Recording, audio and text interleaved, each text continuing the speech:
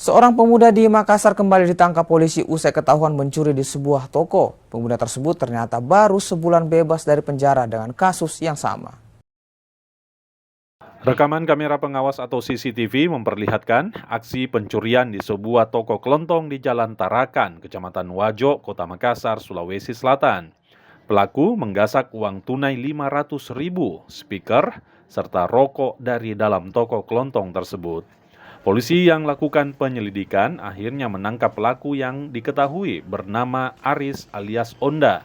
Pelaku ternyata seorang residivis kasus yang sama dan baru sebulan keluar dari penjara. Untuk kasus sekarang ini, dugaan tindak pidana pencurian, ya, jadi yang kami terapkan itu pasal 477 Undang-Undang Nomor 1 Tahun 2023 dengan ancaman hukuman 9 tahun penjara. Apa yang dia curi ini baru-baru ini? Berdasarkan hasil pemeriksaan dan olah TKP, barang yang dicuri adalah rokok, speaker, dan uang tunai dengan total nilai kerugian korban yaitu 1.500.000. Oke, ini kan residivis, apakah residivis pencurian juga atau seperti apa? Ya, baik. Untuk residivisnya 3 kali vonis bersalah, 2 perkara kasus pencurian, kemudian 1 perkara kasus pengeroyokan.